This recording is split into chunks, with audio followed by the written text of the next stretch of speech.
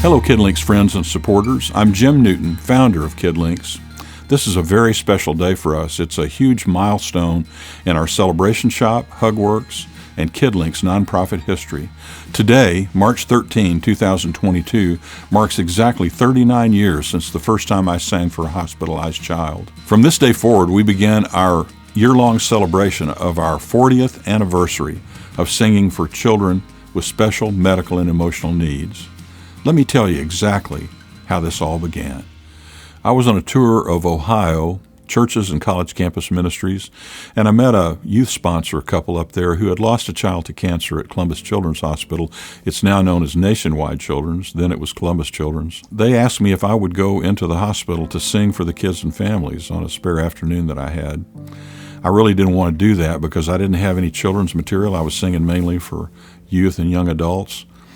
But they were so nice, and I felt, for their pain, for their bereavement, and it was a good cause, and so I decided, well, I'll give it a try. And so I said, sure, if you can set it up, I'll go. And so the very next afternoon, they set it up, and on Sunday afternoon, March 13, 1983, I found myself in a fifth-floor lobby of the hospital, just outside a bank of 3 elevators. There were about a dozen kids that came in. Most of them were able to walk in. One kid was on crutches. There were a couple in wheelchairs, and they even rolled in a hospital bed with one kiddo, and it looked like a forest of IVs.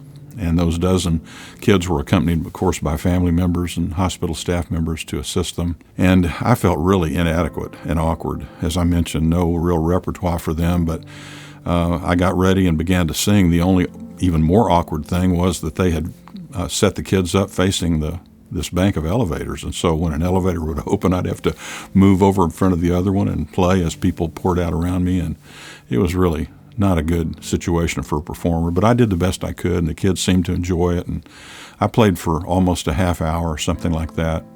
And when I got done, I walked around to visit with the kids a little bit as they were getting ready to leave. And just as I was putting my guitar up, this nurse comes rushing down the hall. She said, "Jim, please wait. There's a little boy and his mom down here in a room, and they couldn't come out and be with the group. Would you please come and do a song for them?" And once again, I didn't want to, but I couldn't say no. And so I said, sure, I'll be glad to do that. And so she walked me down the hall and into the room. And there was a little 4-year-old boy. I call him Toby for purposes of family privacy. He was sitting on his mom's lap. He obviously had cancer and bald head and all that.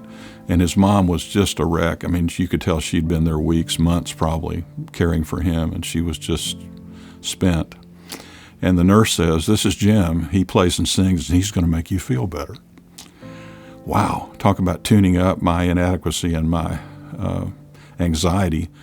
I was supposed to make these people feel better, and the nurse left and shut the door to the room and left me with these people. So I began to sing and play a song, and when I got to the end of that song, I got nothing. I got no smiles, no words of thanks, no applause. They felt just as awkward as I did. And so I, not knowing how to excuse myself, I went right into another song. And about halfway through that song, this amazing thing happened. Just at the corner of Toby's mouth came this little smile, hint of a smile.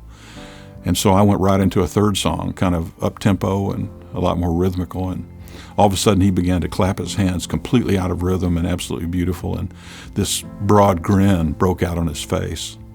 It would just lit up the room, and his mother looked around at him, and when she saw his smile, her tears started. She was very quiet, but big, huge tears coming down her face, and that got me started. So I was crying, and I was blubbering and singing, and we got to the end of that song, kind of broke the ice, obviously, and we visited for a while. And when I got ready and had to leave, the mom walked me to the door, and on the way she said, "Thank you so much. You've given us a priceless gift. You know, he hasn't smiled like that in weeks, and he's never, ever clapped his hands like that to music. You've given us such a priceless gift, and I don't think we're going to be able to take Toby home this time. I think we're going to lose him, and I can't thank you enough." As I walked out of that room, I thought, maybe this is where I belong. If I could take my chaplaincy and my pastoral care training and put it together with my music and make a difference for people with this kind of challenge, maybe that was what I ought to do. Provide songs of the heart for people who really need them. Let me end our time together here by simply sharing my sincere appreciation and gratitude for your generosity. On behalf of our KidLinks team, and even more than that, on behalf of the over 400,000 children and family members we have served over the past almost 40 years, I just want to say on behalf of all of us, thank you.